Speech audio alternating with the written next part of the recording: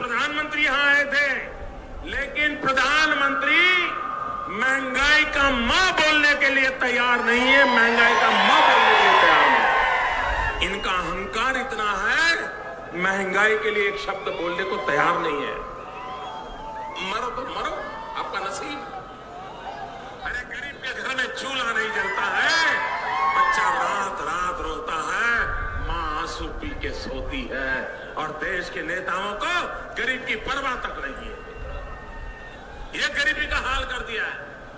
4 तारीख को वोट करने जाए तो जरा घर में जो गैस सिलेंडर है ना, उसको जरा नमस्कार करके जाइए। हे त्यांचं 2014चं भाषण आणि आज दिलेला शब्द पाळला नाही, सामान्य माणसाची महागाईची सुटका केली नाही आणि शिवाय आम्हाला लोकांना घालतात। 10 वर्षात तुम्ही काय केलं आणि राज्य तुझ्याकडं आम्ही विरोधी पक्षात आणि दबावाला वाटता। तुम्ही पाहत आहात विस्टा न्यूज मराठी।